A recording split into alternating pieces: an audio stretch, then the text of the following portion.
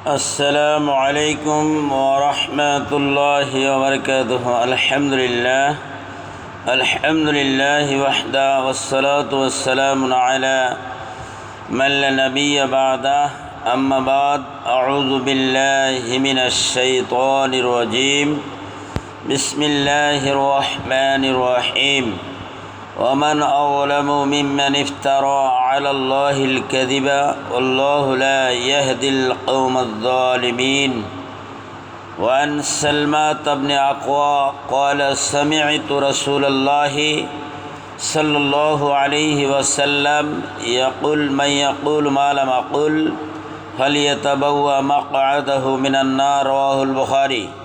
وعن ابن عمر لا تكذبوا علي من الذي يكذب علي ابن له بيت في النار. رواه أحمد بإسناد صحيح. তো সম্মানিত ইউটিউব সিরাতুল মুস্তাকিম ইউটিউবের সম্মানিত নিয়মিত যারা দর্শক যারা দেখেন তাদেরকে স্বাগতম জানিয়ে আলোচনা জাল জয়ীফ হাদিস সম্পর্কে কিছু আলোচনা তুলে ধরব ইনশাআল্লাহ। এই পর্বে আল্লাহ রাব্বুল আলামিন বলতেছেন ওয়ামান আযলামু মিম্মান ইফতারা আলাল্লাহিল কাযিবা, ওই ব্যক্তির থেকে আর অধিক জুলুমকারী কে হতে পারে যারা আল্লাহর উপরে মিথ্যা আরোপ করে। আল্লাহু লা ইয়াহদিল কওমাজ জালিমিন, আমি আল্লাহ রাব্বুল আলামিন যারা জুলুম করে, যারা আল্লাহর উপরে মিথ্যা আরোপ করে, এরা হলো জালেম সম্প্রদায়। আমি আল্লাহ ওই সমস্ত জালেমদেরকে আমি আল্লাহ হেদায়েত দান করব না। মানুষরূপী তারা জালেম, তারা হলো জুব্বা পাগড়িওয়ালা টুপিওয়ালা জালেম, যারা আল্লাহর উপরে মিথ্যা আরোপ করে জাল এবং জয়ীব হাদিসের পক্ষে হয়ে। তো এই মর্মে আরেকটি আয়াত, লা ইয়াতিহিল বাতিলু মিন বাইনি ইয়াদাইহি ওয়া মিন খালফিহি ওয়া তানজিলু মিন হাকিমিন হামিদ। কোরআন মাজিদের মধ্যে আল্লাহ রাব্বুল আলামিন চ্যালেঞ্জ ছুড়ে বললেন, বাতিল কোরআন মাজিদের সামনে পিছন দিকে আসতে পারবে না। যাহা নাজিল করেছেন মহান রাব্বুল আলামিন, যা নাজিল হয়েছে পরাক্রমশালী আল্লাহ রাব্বুল আলামিনের পক্ষ থেকে। অন্য আয়াতের মধ্যে আল্লাহ রাব্বুল আলামিন বলেন ওয়াতাম্মাত কালিমাতু রাব্বিকা সিরফা ওয়া আদলা।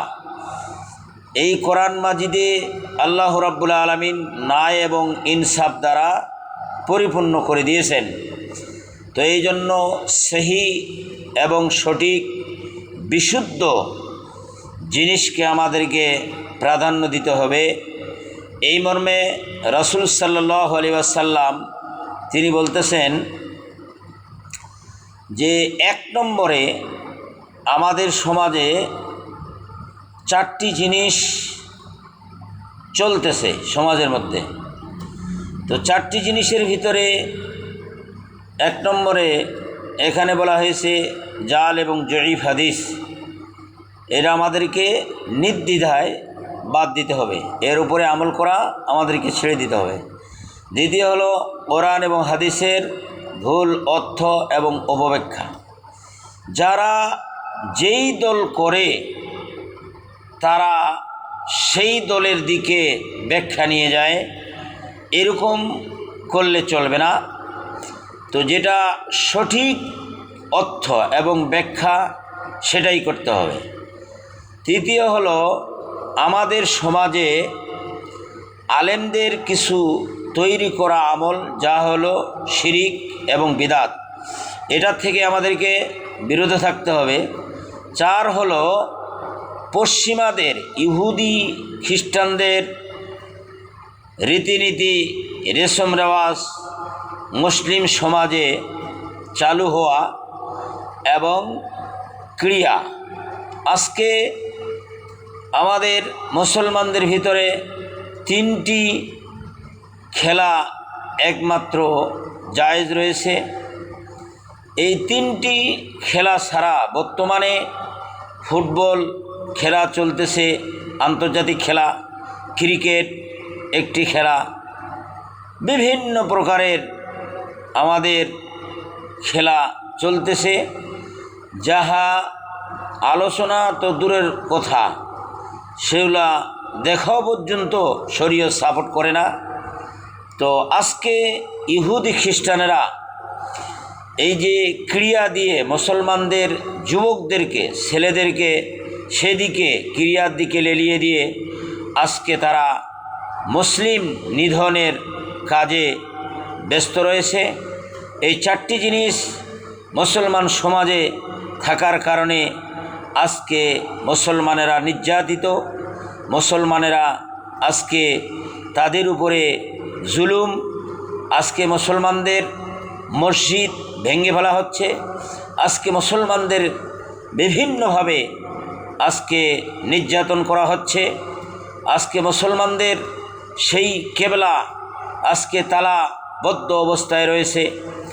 তো এই চারটি জিনিস আমরা যদি বাদ দিতে পারি, ছেড়ে দিতে পারি, জাল জয়ীফ হাদিস আমাদের সমাজে কি ক্ষতি করেছে আমরা তো জিনিসটা একটু বুঝে দেখি না, জিনিসটা একটু আমরা লক্ষ্য করি না। কারণ জাল জয়ীফ হাদিস সমাজে প্রচলন থাকার কারণে আজকে মুসলমানদেরকে শততায় বিভক্ত করেছে। হানাফি, হাম্বলি, শাফি, মালিকি, শিয়া, সুন্নি, জাহামি, নকশবন্দি, চিস্তি, রাফেজি, খারেজি আজকে শততায় বিভক্ত করে দিয়েছে জাল এবং জয়ীফ হাদিস।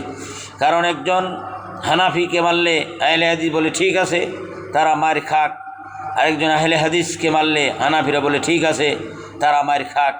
এই যে আমাদের ভিতরে বৈষম্য, আমাদের ভিতরে যে একটা ভাঙ্গন, এই জাল এবং জয়ীফ হাদিস দিয়ে মুসলমানদেরকে শততায় বিভক্ত করে দিয়ে আজকে ইহুদি খ্রিস্টানদের এটা চক্রান্ত। সেই জন্য চক্রান্ত থেকে আমাদেরকে দূরে থাকার চেষ্টা করতে হবে। তাই আসুন আমরা এই চক্রান্ত থেকে দূরে থাকার চেষ্টা করব, চেষ্টা করে আমরা হাদিসগুলো মানার চেষ্টা করব। তো হাদিসগুলো এক নম্বরে রাসূল সাল্লাল্লাহু আলাইহি সাল্লাম বলেছেন, লা তাকুমুস সাআত হাত্তা ইউবাসুনা দাজ্জালুনা কাযযাবুনা আকরাবুনা সালাসুম কুল্লুকুম ইয়াকুল আলা রাসূলুল্লাহ। সহিহ বুখারীর প্রথম খণ্ডের 509 পৃষ্ঠায় হাদিসটি রাসূল সাল্লাল্লাহু আলাইহি ওয়াসাল্লাম তিনি বলেছেন, ততদিন পর্যন্ত কিয়ামত কায়েম হবে না যতদিন পর্যন্ত 30 জন ভণ্ড নবীর আবির্ভাব না ঘটবে। তার ভিতরে 28 জন চলে গেছে, আর রয়েছে 2 জন। তো এই ভণ্ড নবীরা অসংখ্য হাদিস তৈরি করেছে। যেমন দু একটা উদাহরণ, মুসাইলামাতুল কাজ্জাব ভণ্ড নবী, রাসূল সাল্লাল্লাহু আলাইহি ওয়াসাল্লাম বলেছেন, লা নাবিয়্যা বাদি, আমার পরে আর কোনো নবী হবে না। ভণ্ড নবী মুসাইলামাতুল কাজ্জাব তিনি বলেছেন, ইল্লা আইয়াশা আল্লাহ তাআলা, আল্লাহ চাইলে কোন জিনিসটি না হয় নবী হতে পারে। তো তিনি ইল্লা আইয়াশা আল্লাহ যোগ করেছেন ভণ্ড নবী। যেমন এখানে আরেকটি হাদিস তারা তৈরি করেছে, সালাসাতুন ইয়াজিদুল বাসার, 3টি জিনিস চোখের পাওয়ার বৃদ্ধি করে।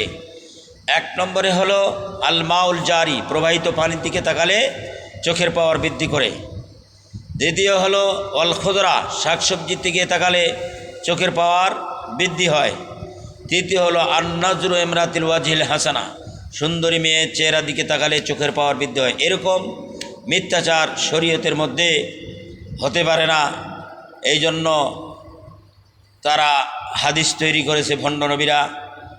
তো সহিহ বুখারীর 509 পৃষ্ঠায়, মূল ভলিউমের 509 পৃষ্ঠায় এই হাদিস বর্ণনা করা হয়েছে।